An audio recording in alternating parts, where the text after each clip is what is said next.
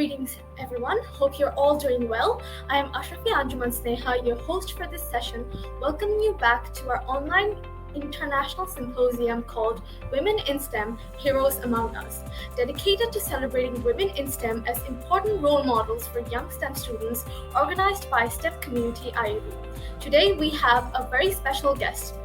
Before I introduce our wonderful guest for this session, I would like to thank our sponsors, Invent Technologies and Raj Laptop Gallery, our community partners, IEEE IUB Student Branch and their affinity group, Women in Engineering, Community of Biotechnology, Exum IT, and the Learning Hub for supporting this event. Today among us, we have the most inspiring Yumna Majeed, who has been the beacon of hope for Pakistani young women and children who dream of the outer space. I would like to earnestly thank her for joining us today despite her hectic schedule. We are very excited to have you here. So before I begin, I'll give a very short introduction of her, even though she deserves a lot more. Yumna Majeed is a Pakistani space enthusiast and educator who has been working to promote astronomy and space technology in Pakistan since 2016. Despite her background in the medical field, she followed her passion for space and founded Exploration by Yumna, which is an organization that works for providing children of all backgrounds with space-related STEM education. She has been working with various international space organizations, including the IAU Office for Astronomy Outreach, in order to ensure that no child with a curious mind goes unsatisfied. She is also the national point of contact at Space Generation Advisory Council, the national coordinator at Universe Awareness and of the Organization for the Proliferation of Space Studies. She has received many awards for her inspiring and humanitarian work, including Pride of Pakistan and the Diana Award in 2021. Her efforts were continuous despite the many hurdles, including the pandemic, in order to promote space science through early and consistent exposure in her community. Before I pass the floor to her, I would shortly request our audience to drop their questions and remarks in the comment section. Ma'am will try to address them after her talk. Thank you so much, ma'am, for joining us. We are very excited to hear from you, and the floor is all yours.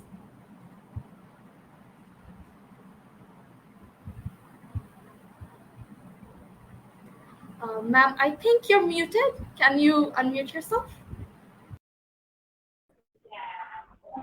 Hello, I hope you can hear me now. Can you? Okay, so I was just, first of all, I would like to thank you for inviting me. It's my first time that I am doing any interaction for kids, especially women from Bangladesh.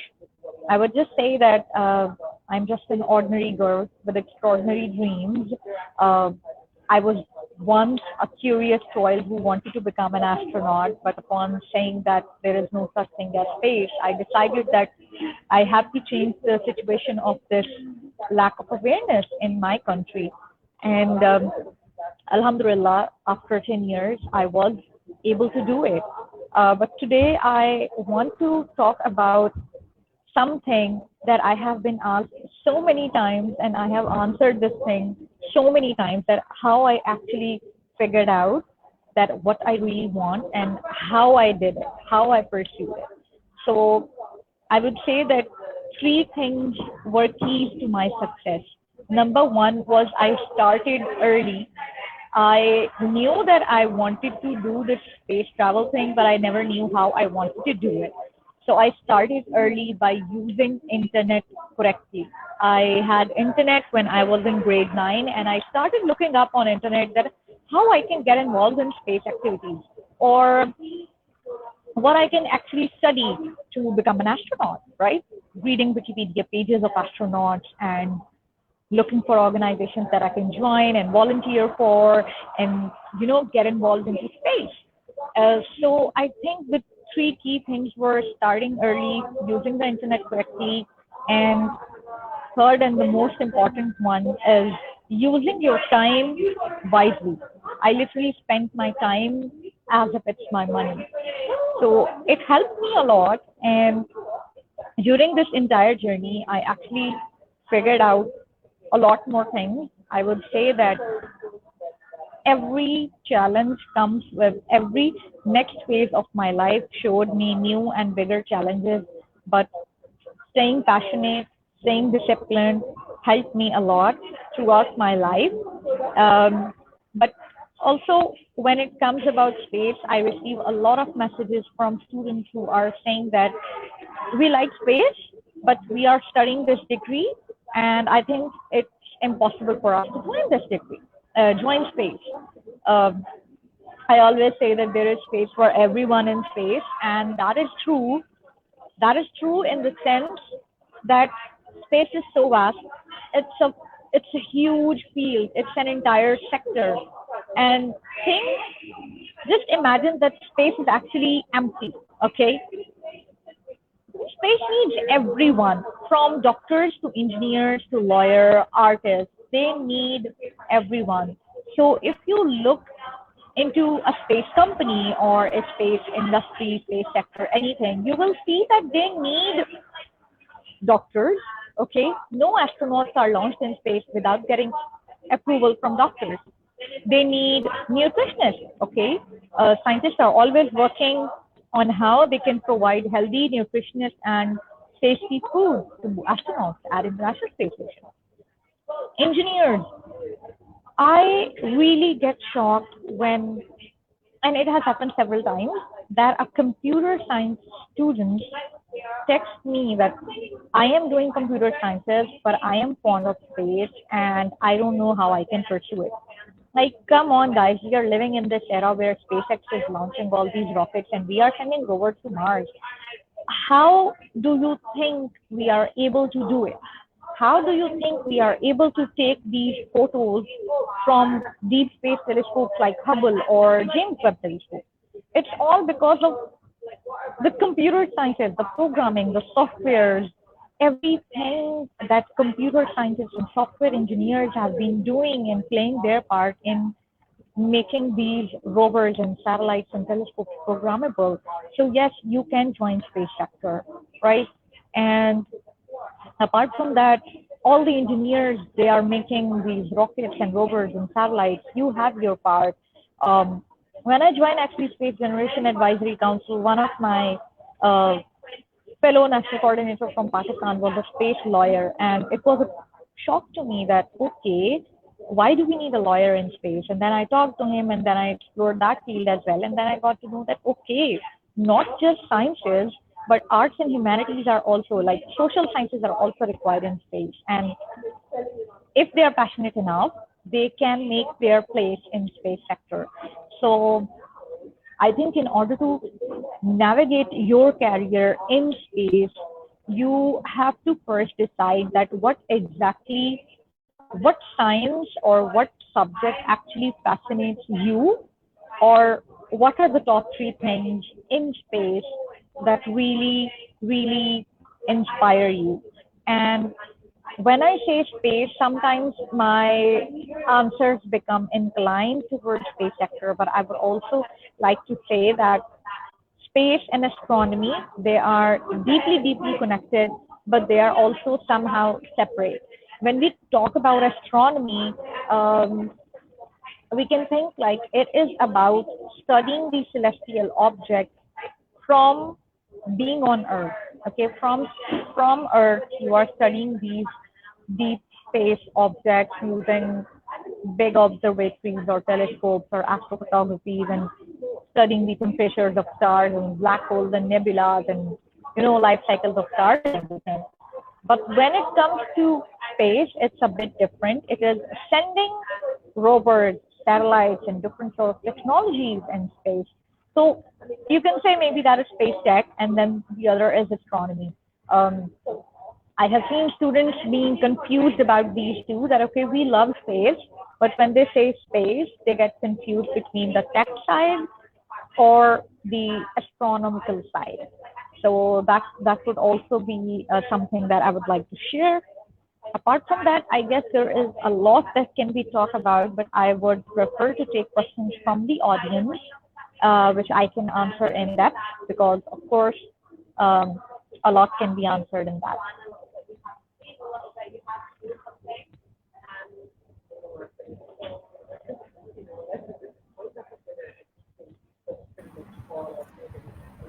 So I don't think we have any questions from the audience yet, but I think I would like to ask you some questions regarding your reasons for the initiative that you have started. I would say that it's like I have repeated that 1,000 times. I was in class 9 when my science teacher was asking everyone in the class that what do you want to become when you grow up. It was a classroom full of 60 girls. All of them wanted to become a doctor. I stood up and I said I want to become an astronaut. And my teacher mocked me. She said that there is no such thing as space, and whoever tries to go to space, they die. It demotivated me enough. I never made friends in that classroom, but in my heart, deep down, I had my faith in it. I knew that I am not wrong. But later on, I changed my section. And one day, a previous class fellow came and I was playing in the ground, and she said, Yumna, is that you? I said, yes, that's me. She said, but you are normal. I laughed. I said, yes, I'm normal. Why are you saying like this? To which she replied, you never talked in the class and you had a dream to go to a place which does not even exist. So all of us thought that you are a mentally disabled child. That was my eye opener to the lack of awareness about astronomy and space in my country. And also, it was an eye opener for me to realize the role of an educator, role of a teacher in shaping the mindset of their students. Like students are naive and they are the future generation, right? How you are shaping their mindset, like you're just completely uh, throwing away one huge sign, saying that okay, it doesn't even exist. What are you even talking about? So that moment was my motivation that I have to do something about it in my country, and yeah, I kind of did it. Thank God. Yeah, but there is a lot more to do. I would say a lot more to do. Yes, I think there is an overall lack of knowledge regarding space Mm-hmm. in third world countries, including Pakistan and Yes, Bangladesh. yes, Oh, there's a yes. question from the audience. So, Sadiq Rahman Samim says, in your nation as a woman, what are the hurdles that you faced? Okay, I would say that not just in my nation, I in all South Asian countries, all the brown women, all these Desi women face some very typical, deeply rooted problems, which are either societal or cultural. I will never bring up religion into it because religion is not the reason of problems. These problems that we women face are actually over ancient traditions or cultural related issues. Uh, I used to say that I can get permission from my home to go to the moon, but even if I am going to the moon, I have to come back before it gets dark. Okay. So, what sort of problems we do face? Honestly speaking, if I relate it to my journey, my first hurdle was to take permission to step outside home apart from my college. Okay. So every time I had an outreach, organized, before organizing it, I had to take permission that please let me go to that school. Apart from that, from very typical like the transport issues, okay? From transport issues to going to big offices and trying to advocate a subject which is neglected in our society, I would say, it was difficult. And I still think that in my case, I was able to do it. I fought for it, and in a few years, I worked enough that later on it it became a permanent thing for me, and then I didn't had to ask for permission. But I still see a lot of girls around me uh, which have to, take permission. The security issue. It's not about that parents won't trust their child. It's about the security. Okay. Another thing that I faced was there was only one local astronomy amateur astronomy group in my city, and I could not attend their stargazing events regularly because number one, it was at night time, and number two, it was male dominant. Because astronomy and stargazing, it's related to night. And again, it comes to the security point that, okay, how can I go? So it was also one of my mission to to at least try to create a safe space for women to observe night sky. If a girl is standing with a telescope and conducting the night sky event in a closed space where all the public cannot come and you have invited and you have created a safe environment where girls can come and observe. Uh, I tried and I'm still kind of trying doing it. And I think another struggle when it comes to academia, in my case, I belong to an academically developed state of my country, but I know other states and other cities over there, girls are not even allowed to study. Okay, I really, really wish one day I can do something about it. Uh, in my case, a lot of students, and not only girls, I would say not only girls, even boys, we are forced to choose a subject of our either parents' choice or some relative has suggested, or maybe we have seen someone pursuing a career 10 years ago and he was successful doing it, and now your parents are pushing it to do the same thing. Maybe that degree is outdated now, or maybe that person was successful because it was his passion, or he actually worked hard to make his life successful. So I think this is also one thing that all of us face, not just women. And yeah, struggles are like there's a long, long list, I would say, and we should really get something to do about it. And I think one of the very, very key factor would be to giving a role model to our girls who they can actually relate to. I don't have one role model, or I don't have someone who truly, truly inspires me. I do get inspiration and I do get role models, but they are for some aspect of their life. Even if there is an astronaut or a scientist or someone, they do inspire me, but some of their work, like growing up, I wanted an astronaut role model who can I actually relate to, someone who has been through the similar cultural and societal issues, or I think it would be a very typical example to give that it has been 2 or 3 times when I was submitting a very, very important application, like every time, and electricity used to just shut off and my internet is off. And I was panicking that, oh my God, it's my deadline, it's a scholarship or it's a competition, I have to apply. Right?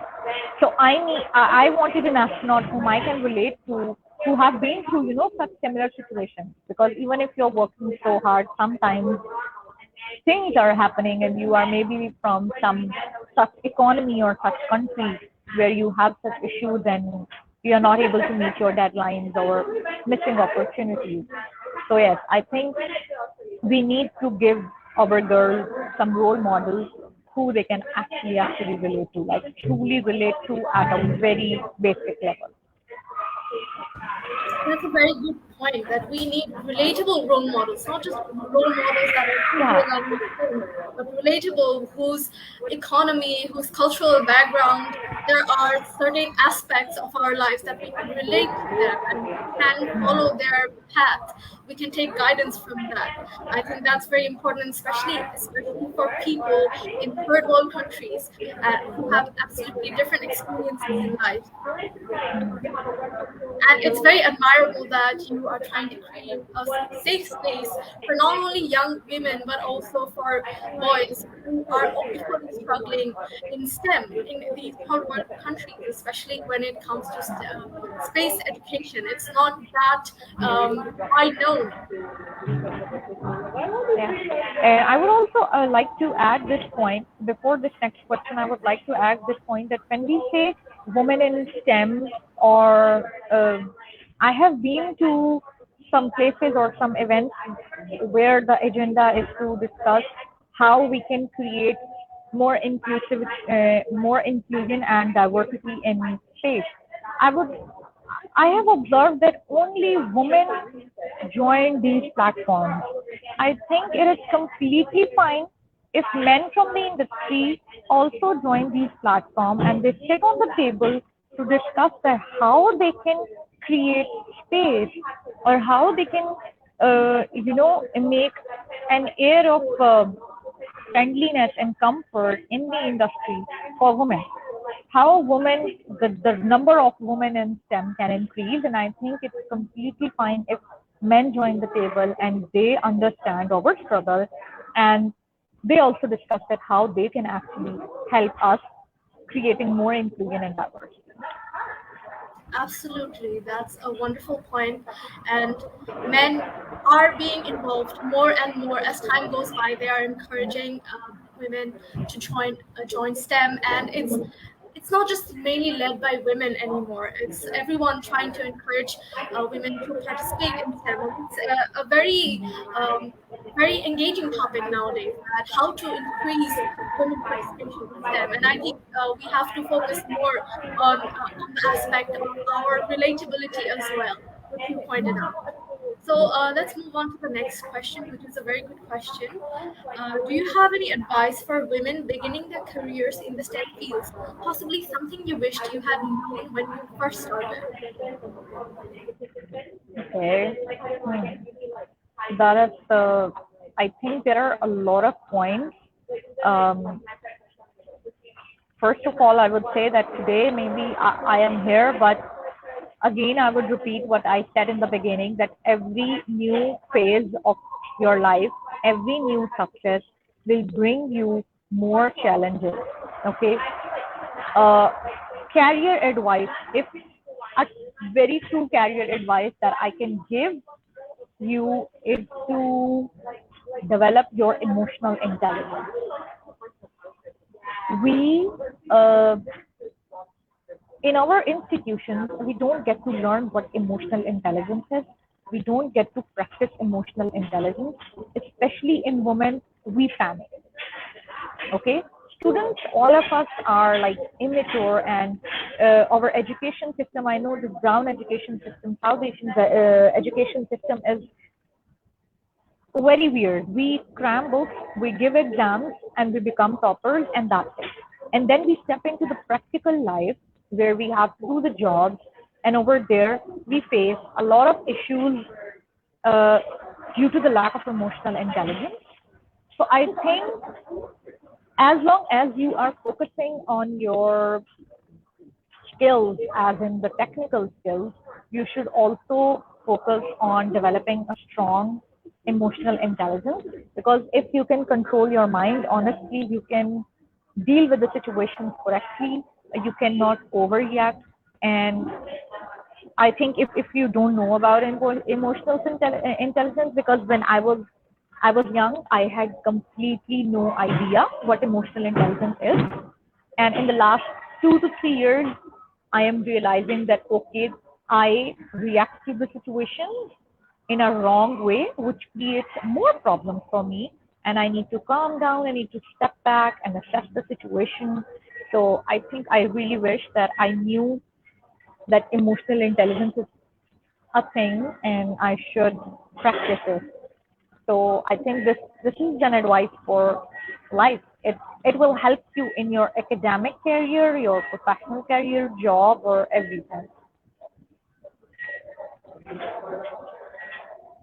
Thank you, Pankaj, for your question. And there's another question from her. how to move forward in a field that we can, in a way that we can ensure a job in this field. And I think it's a good question because a lot of us do not know what the future in space and career in space can be. I think most of us have the idea that there's only NASA, or there's only astronauts, and there's not any other aspect to space and space related research or any other, everything. Exactly. This is a very good point. I will. In the beginning, I mentioned the career in space. I will shed some light on it again. But one thing, a general thing that I can say is, when you choose a degree, first of all, you if you have internet, please use it properly. You can explore a lot of trends that are happening. Okay, for example, you can search on internet that what are the trending professions, what are the trending degrees all over the world, or maybe in space sector. What are the degrees that are not going to be outdated anytime soon? For example, IT. Any degree that you are doing related to computer sciences or information technology will be uh, will be applicable everywhere, from medicine to food to engineering to space. IT people are required everywhere. Okay, so I think these are some sort of hacks. If you do a degree, make sure that you are doing a degree which you are able to apply in different sectors.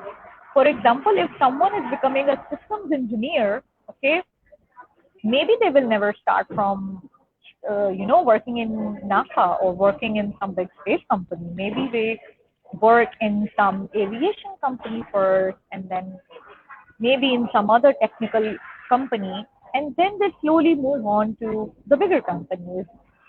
Also, the times are changing. There was a time when there was only NASA and Cosmos and ESA, but now there are thousands of private companies, startups, uh, non-profits, where you can actually kickstart your career. I would say that, again, look on internet that what are the organizations, the non-profit organizations that you can join. Non-profit organizations have played a huge role in my career. How? For example, Space Generation Advisory Council. When I joined it, you have to give some of your time in volunteering for these non-profit organizations, and believe me, you get a pool of network. I will not just say a network, you will get a family of space professionals who are willing to help you, who give you not only opportunities but so many insights related to your career. I got to see a lot of people in SGAC from different professions, as a business analyst to lawyer to doctor to engineer, who are working in space. So meeting these people, knowing these people, it improves your knowledge that what are the possibilities. And then these organizations also actually collaborate with startups and other big space companies to bring passionate students on board, maybe to a conference or some other places. And once you attend these conferences and their events, you get to know what what are the other opportunities. It's like a door to the opportunities is open. So you can actually look into all these opportunities and see what suits you and what you can pursue. Okay, I think there is another question.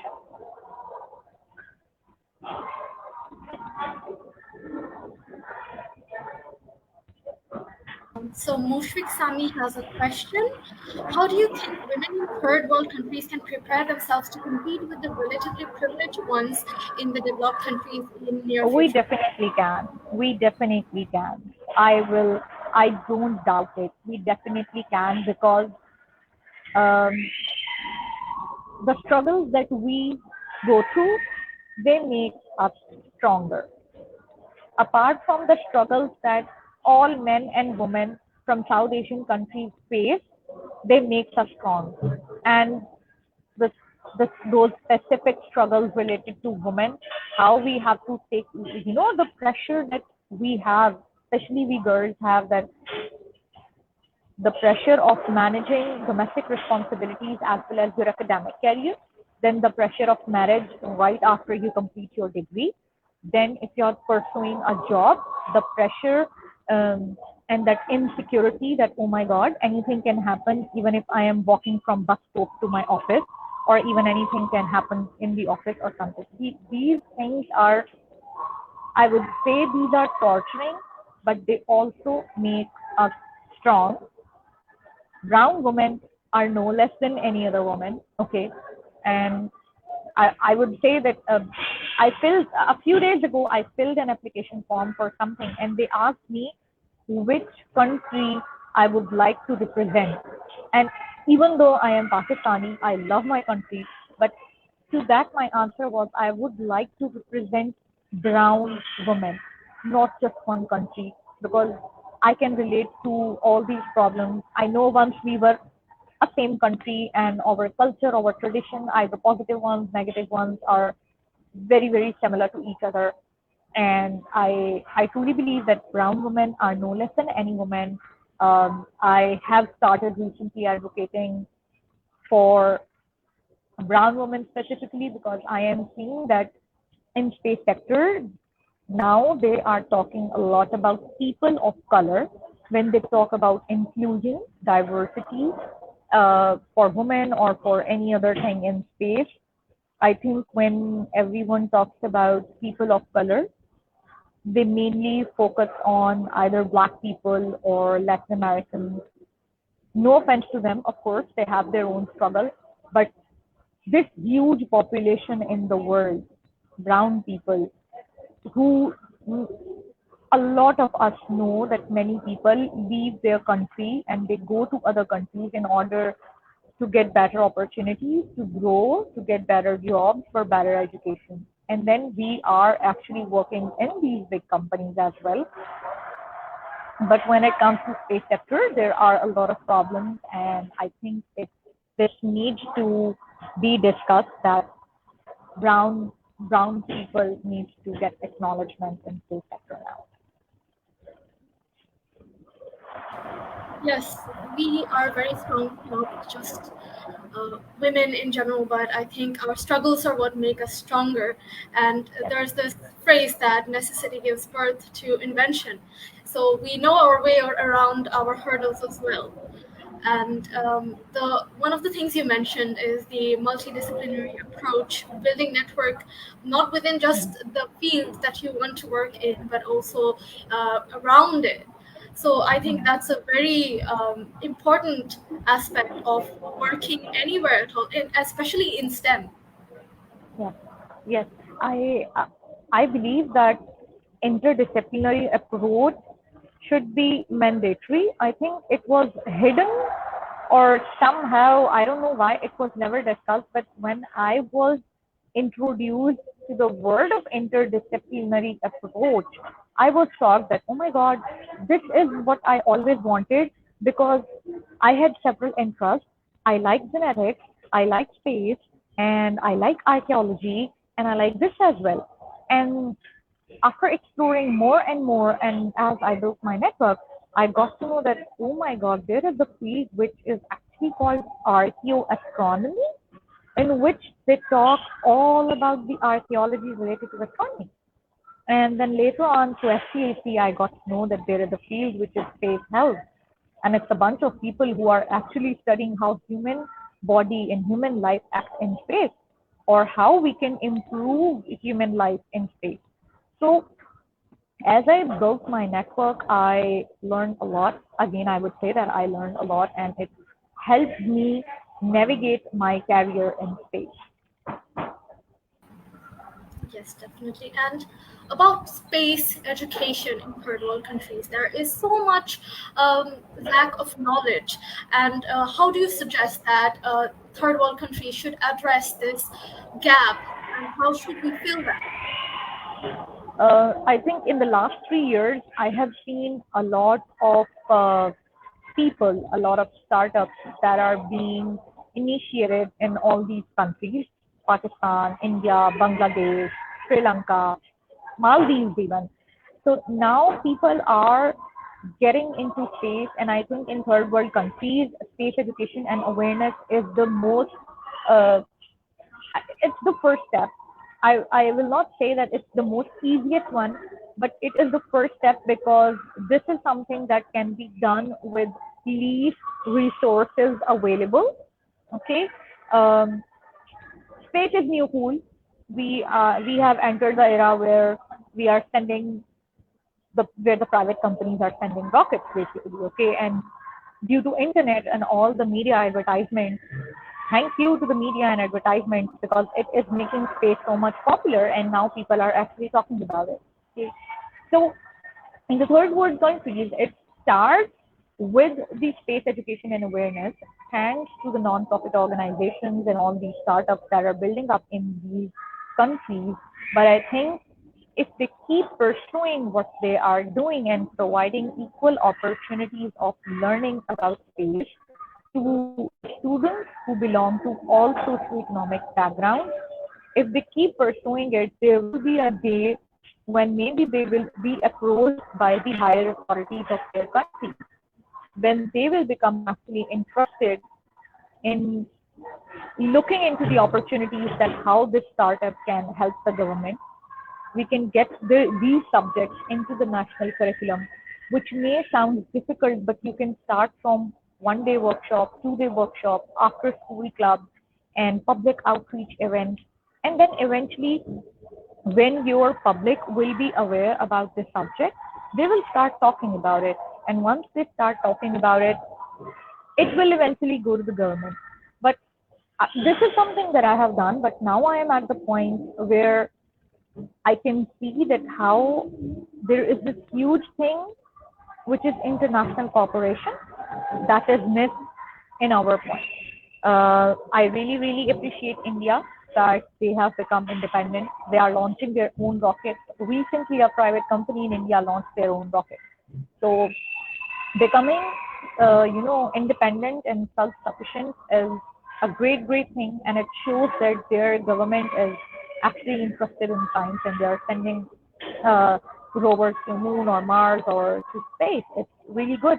But I think the countries who have very poor economy, they can also do something if they are building good international relationships, and through international cooperation, they can achieve big things together.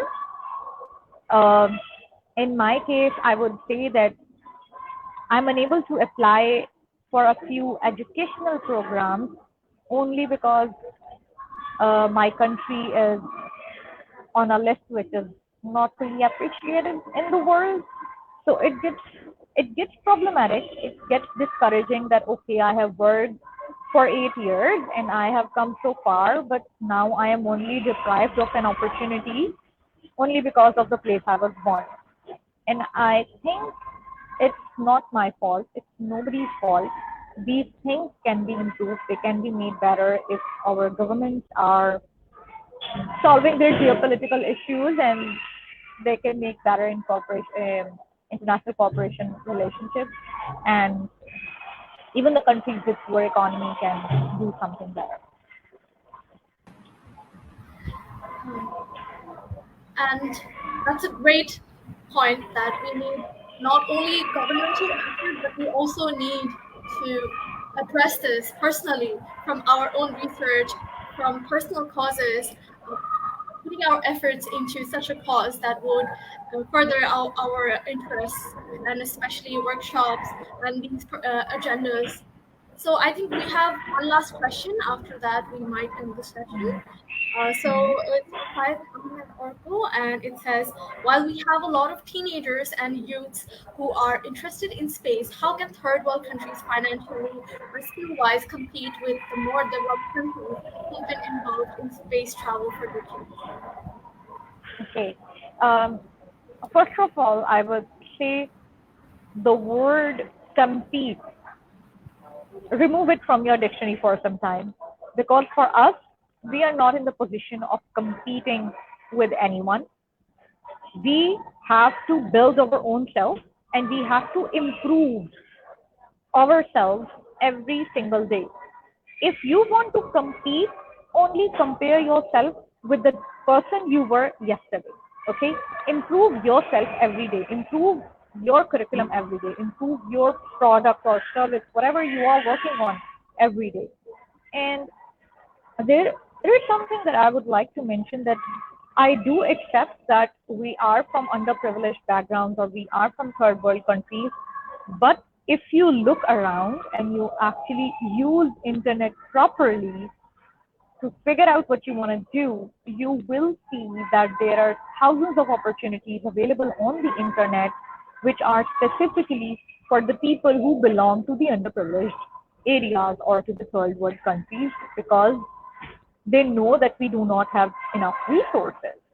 Um, when I sign up for competitions, I won my first telescope in 2018, and two strong reasons that why I won that competition was: number one, I was focusing on educating young girls.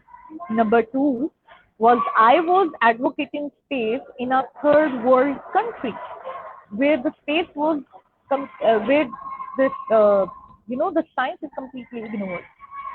So it gave me somehow the benefit that, okay, I am doing it in this country, and they provide me with the telescope, that you are someone who is passionate enough that you are doing this job without even having a telescope.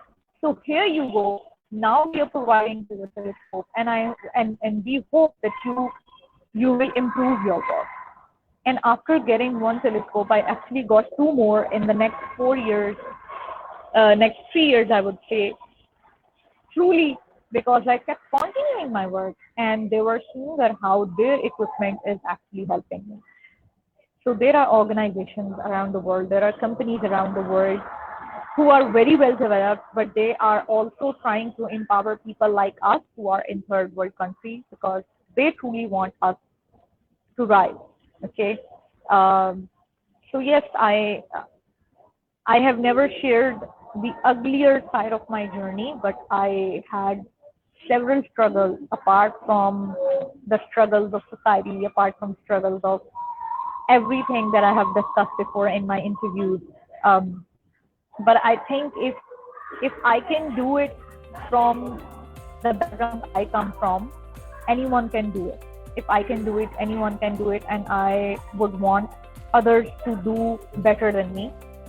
I would want others to not to repeat the mistakes that I did, and I want to do them better than me, and I want them to go farther than me. Thank you so much for your kind words and for encouraging not just girls but also the men, and for making a safe space, and for such wonderful efforts that you put. And I hope you succeed in your cause, and I hope we can have you with us again. Thank you so much for finding the time to be here with us and for joining us. Thank you. Thank you so much. Bye. And before I end the session, I would like to thank our sponsors and our audience for joining us today. It was the last day of our symposium. Today we have also conducted our workshop. All of the videos will be uploaded soon, and we are very thankful to all of you for such enthusiasm. Thank you so much.